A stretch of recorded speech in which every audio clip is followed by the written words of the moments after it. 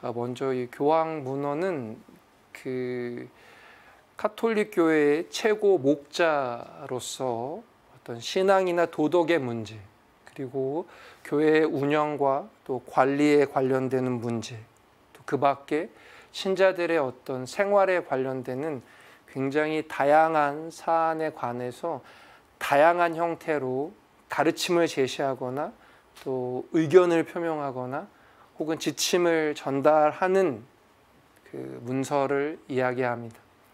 이때 사용되는 문서가 교황 문헌 혹은 또 교황 문서라고 많이 이야기들을 하죠. 교황 문헌은 그러면 어떻게 역사적으로 변천을 해왔을까요? 그리스도교가 박해받던 종교에서 공인된 종교가 된 해는 언제일까요? 신부님, 우린 배운 지가 너무 오래됐어요. 네. 313년 밀라노 칙령 때 이제 박해받던 종교에서 그리스도교를 믿어도 된다라고 이렇게 공인이 됐던 것이죠. 그 전에 이 로마는 사분할 체제로 이렇게 치세가, 그러니까 다스림이 이루어졌습니다. 그 동방과 서방에 황제가 한 명씩 있었고 그 황제를 보조하는 뭐 보제라고도 하고 부제라고도 하는데, 그렇게 해서 4명이 통치하는 그런 시기가 있었죠. 여러분들이 잘 아시는 것처럼 콘스탄티누스라는 이름의 황제가 뭐 전설이다, 뭐 이렇게 꾸며낸 얘기다라는 뭐 그런 설이 있지만, 아무튼 이 징표 안에서 승리하리라라는 그 십자가 모양을 꿈에서 보고 그 십자가 문양을 그렇게 전투에 활용을 해서 그렇게 해서 승리를 하고, 그 승리를 하고 난 이후에 이제 그리스도교를 공인했다라는 이야기가 있습니다. 그 바티칸 박물관 안에 가시면 볼 수 있는 그림인데요. 이렇게 313년에 이 두 황제가 밀라노에서 칙령을 발표하게 되는데, 박해 시대에 몰수됐던 교회의 재산을 다시 교회에 돌려주고, 이 밀라노 칙령을 통해서 종교로서 합법적인 지위를 보장받고 공식적으로 박해는 끝이 난, 그리고 성직자들에게 어떤 여러 가지 혜택을 주기도 하고, 개인의 신앙과 종교의 선택은 그 자신의 자유로운 결정에 따른다라는 것을 그 칙령 안에 명시하게 되죠. 그리고 그 다음에 테오도시우스 황제라는 유명한 황제가 나오는데, 테살로니카 칙령이라는 어떤 황제의 어떤 칙령을 통해서 이 가톨릭 교회를 믿어야 그 가톨릭 신앙을 가져야 한다, 니케아 신경을 고백해야 한다, 이렇게 얘기를 하면서 뭐 국교라고 이렇게 명시하진 않았지만 모든 그 로마의 시민들이 이 신앙을 고백해라라고 이야기를 하게 됩니다. 박해받던 교회에서 이제 허가받은 교회가 되고, 황제가 그리스도인이 되면서 소수 집단의 종교가 99.9%의 사람이 믿는 종교가 됩니다. 그리고 로마가 그리스도교 왕국이 되죠. 그러면서 이 교황이 연락할 일이 많아지는 거예요. 그 전에는 사실은 소수만이 그리스도교를 믿었기 때문에 그렇게 연락할 일이 많지 않았는데, 많은 사람들이 그리스도교를 믿게 되면서 점점 다른 지역에 연락할 일이 많아지게 됩니다. 그래서 처음에 초세기에는 지역교회에 대한 주요 의사 전달 방법으로 편지를 이용하게 됩니다. 그래서 신앙과 도덕에 관한 내용이라든지, 또 교회에 또 가르침을 전달할 필요가 있을 때라든지, 또 주교를 이렇게 선임하는 통보를 한다든지, 또 서품 후보자를 추천한다든지, 이럴 때 주로 편지를 통해서 이 지역 교회의 교황님이 어떤 의사를 전달하는 그 방법으로 편지를 사용하게 되죠. 중세에는 그런 것들이 좀 바뀌게 되는데, 어떤 법령에 관한 내용이랄지, 어떤 개별적인 그러니까 그 지역 교회에서 교황님한테 어떤 의견을 물을 때 답을 해준다던가, 아니면 어떤 정치적인 그런 내용을 이야기할 때 이렇게 편지를 써서 이렇게 전달을 하도록 하죠. 여러분들이 이제 제일 궁금해하시는 건 어떻게 보면 현재 교황 문헌의 종류일 것 같은데요. 가톨릭 대사전과 미디어 종사자를 위한 천주교 용어 자료집의 분류에 보면 입법 행위와 행정 행위에 따른 분류와 또 사목적 차원에 따른 분류 이렇게 크게 나눠져 있습니다. 그래서 입법 행위와 행정 행위에 따른 분류 이렇게 해서 헌장이 있고 교황령이 있고 교령이 있고 또 선언이 있고 자의교서, 친서, 답서 이렇게 입법 행위와 행정 행위에 따라서 분류를 7개 정도로 하게 되고 또 사목적 차원에 따른 분류 이렇게 해서 회칙이 있고 교황 교서 또 교서 그냥 교서 서한이라고도 하고요. 또 교황 권고, 담화, 연설, 강론, 훈화 이렇게 어떤 사목적인 차원에서 교황 문헌을 이렇게 분류를 8개 정도로 하기로 합니다. 그런데 여러분들 이미 인터넷의 발달로 자주 들어가 보시는 분들도 계시겠지만 그 바티칸 홈페이지에 들어가면 이렇게 해서 교황님의 문헌만 따로 볼 수 있도록 분류를 해놨습니다.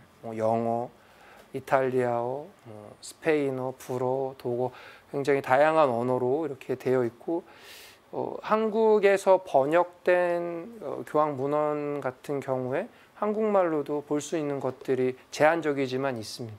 그래서 여기 이제 이렇게 보시면 제일 먼저 이제 저는 영어를 선택을 했는데 제일 먼저 나오는 것이 안젤루스 그 레지나 첼리라고 하는데요. 교황님이 주로 삼종기도 주일날 그 베드로 대성당에서 보통 미사를 하시고 그 옆에 발코니에서 이제 삼종기도를 하시면서 하시는 말씀들 간단한 말씀들을 여기에 이렇게 기록을 해 놓게 됩니다. 두 번째는 이제 여기 교황령에 대한 그 내용을 담아 놓는데요.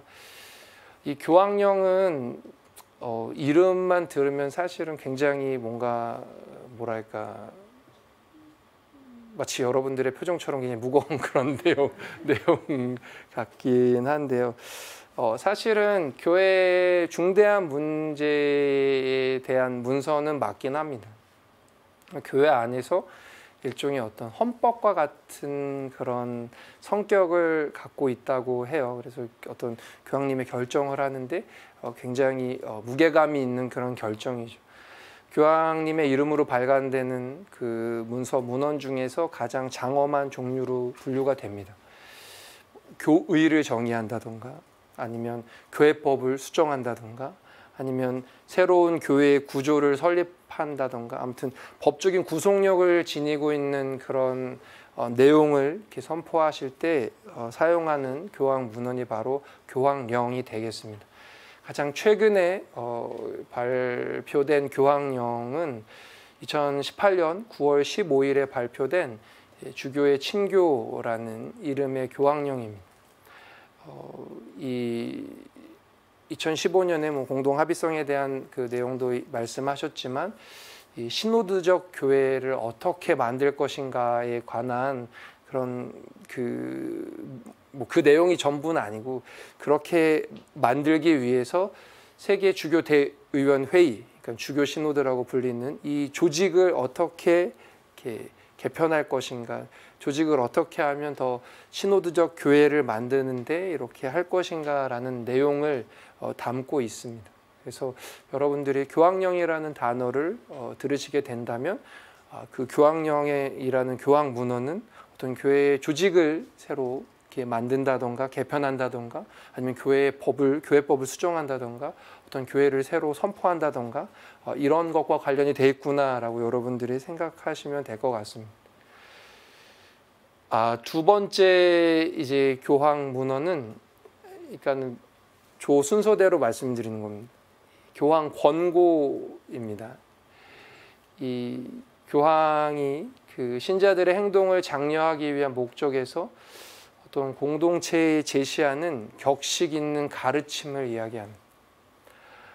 이 교황님이 이제 목자고 또 스승이고 또 교회의 진로를 스승으로서 교회가 나아갈 바를 어떤 제시를 하고 또 어떤 모든 그리스도인들, 모든 하느님 백성의 협력을 권고, 제안, 지시하는 교황 문헌으로 되어 있습니다. 주로 편지의 형식으로 모든 그리스도인들을 수신인으로 해서 주로 서한의 형태로 전달이 되고요. 이 교황 권고는 어떤 교의를 새로 정하거나 교의를 만들거나 뭐 그런 내용이 담겨 있지는 않습니다. 그래서 법적인 구속력은 없죠. 그러니까 아까 교황령은 그 교황령이 선포가 되면 조직이 바뀌고 교회법이 수정이 되지만 사실은 교황 권고는 어떤 그런 법적인 구속력이 따로 있지 않습니다. 말 그대로 권고하는 내용이죠. 주로 그 주교 시노드, 그러니까 세계 주교 대의원 회의에서 어떤 주제로 삼아서 연구하고 검토하고 회의한 그런 내용들에 관해서 교황님이 후속 조치로 반포하게 됩니다. 여러분들이 너무나 잘 알고 계시죠. 지금 환경에 대해서 교황님이 너무나 관심이 많고 사실은 굉장히 중요한 이슈이기도 한데 특별히 올해 2월에 발표된 그 아마존 지역에 관한 세계 주교 대의원 회의의 후속 권고 사랑하는 아마존 이 가장 최근의 교황 권고가 되겠습니다. 혹시 읽어보신 분 계신가요? 지금 그 서점에서 판매하고 있으니까 오늘 언급된 어떤 그런 책들 중에 번역된 것들은 하나씩 사서 이렇게 가시면 저는 절대 그런 서점에서 뭔가를 받진 않았습니다만 여러분들이 한 권씩 사시면 정말 좋을 것 같습니다. 정말 그 교황님의 관심이 저는 너무나 대단하다고 생각이 드는 게 저는 노인 사목을 담당하고 있지만 사실 교황님은 이미 우리 기준으로 볼 땐 노인이세요. 80이 훨씬 넘으셨는데 그럼에도 불구하고 이 세계가 정말 중요하게 생각해야 하는 그런 부분에 관해서 교황님이 끊임없이 저희에게 그런 메시지를 던지신다는 게 굉장히 저는 놀랍습니다. 아마존은 뭐 정말로 우리 지구에 너무나 중요한 지역이죠. 이 아마존을 보호하기 위해서 어떤 교황님이 이렇게 통찰력 있게 이렇게 뭐랄까 회의도 하시고 회의지를 소집하고 그다음에 문서를 내시고 이런 것들은 정말 저희에게도 되게 시사하는 바가 크다고 저는 생각이 듭니다. 그리고 여러분들이 잘 알고 계시는 그 크리스투스 비비투 교황 권고에 들어갑니다.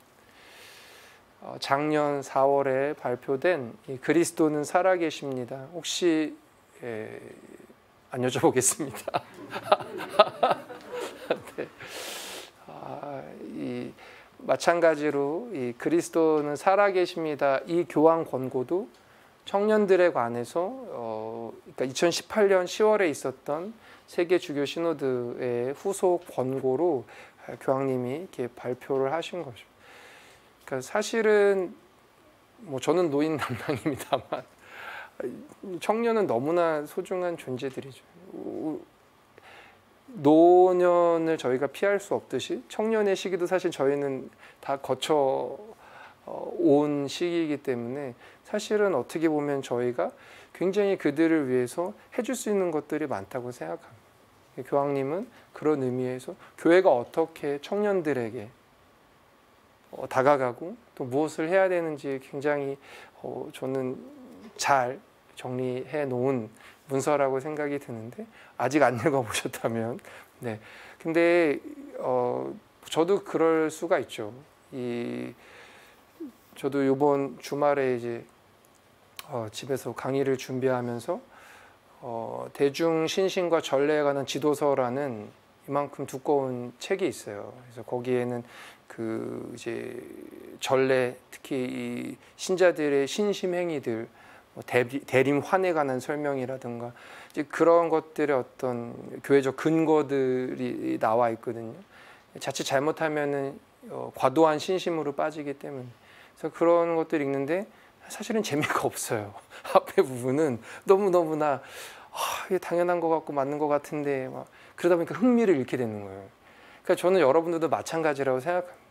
교회 문헌, 특히 교황 문헌은 여러분들이 보시기엔 재미가 없을 수도 있죠. 그럼 재미있는 부분 먼저 읽으세요. 아니 교황 문헌을 꼭 1장부터 5장까지 다 읽을 필요는 없잖아요. 5장부터 읽을 수도 있고 3장부터 읽을 수가 있고. 그러니까 저는 여러분에게 정말 권고해 드리는데, 만약에 너무 책이 두껍고 너무 이게 읽기가 어려우면 그냥 주제를 보고 이거 재밌겠는데 하는 부분부터 읽으시면 되잖아요. 제가 그 성경도 마찬가지라고 생각해요.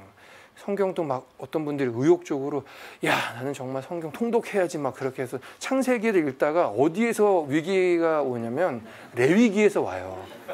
와 이건 도대체 무슨 뭐 이게 어떻고 뭐 그럴 때는 레위기를 건너뛰시면 돼요. 레위기가 중요하지 않다라는 게 아니라 그러니까 여러분들이 성경을 읽을 때 꼭 순서대로 읽어야 되는 법은 없잖아요. 내가 민수기를 읽고서 마음에 평화가 오면 그때 다시 읽으면 되잖아요.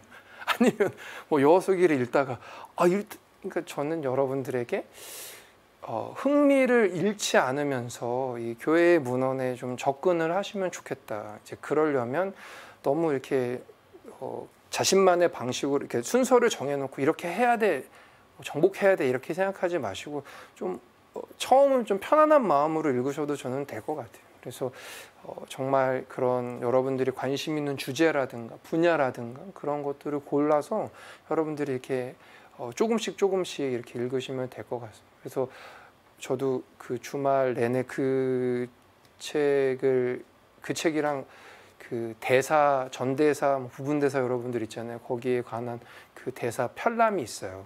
그래서 그 편람을 제가 읽었는데 재미는 없더라고요. 다시 말씀드리면. 그런데 이걸 꼭 알아야 되니까 거기에 정말 저희가 알아야 될 내용이 너무 많은 거예요. 지금 코로나 바이러스 때문에 뭐 전대사 이런 얘기를 하는데 여러분들에게 개신교 신자나 다른 사람들이 야, 니네는 그 말도 안 되는 대사 같은 거 믿고 있냐? 라고 여러분들 뭐라고 대답하시겠어요? 그런 것들을 여러분들에게 설명해 줄 수 있는 그런 교회의 문헌들이 있기 때문에 여러분들이 잘 찾아보시고 그런 것들은 이미 너무나 편하게 한국말로 다 번역이 되어 있습니다. 그래서 잘 찾아서 여러분들이 보시면 좋을 것 같습니다. 제가 앞에 너무 그 도입에 이렇게 집중한 나머지 오늘은 이만해야 될 것 같아요. 그래서 다음 주 이 시간에 저희가 또 만나서 이걸 해야 될 텐데 아무튼 너무 빨리 까먹지 마시고 오늘 배우셨던 부분 잘 기억을 하시고 여러분들이 다음번에 오실 때도 정말 기쁜 마음으로 이 교황 문헌에 대해서 이렇게 준비를 해오시고 그 사이에 짧은 단락이라도 혹은 한 권이라도 여러분들이 읽고 오시면 정말 좋겠습니다. 그러면 오늘 교황 문헌의 이해 오늘 시간은 여기서 마치도록 하겠습니다. 감사합니다.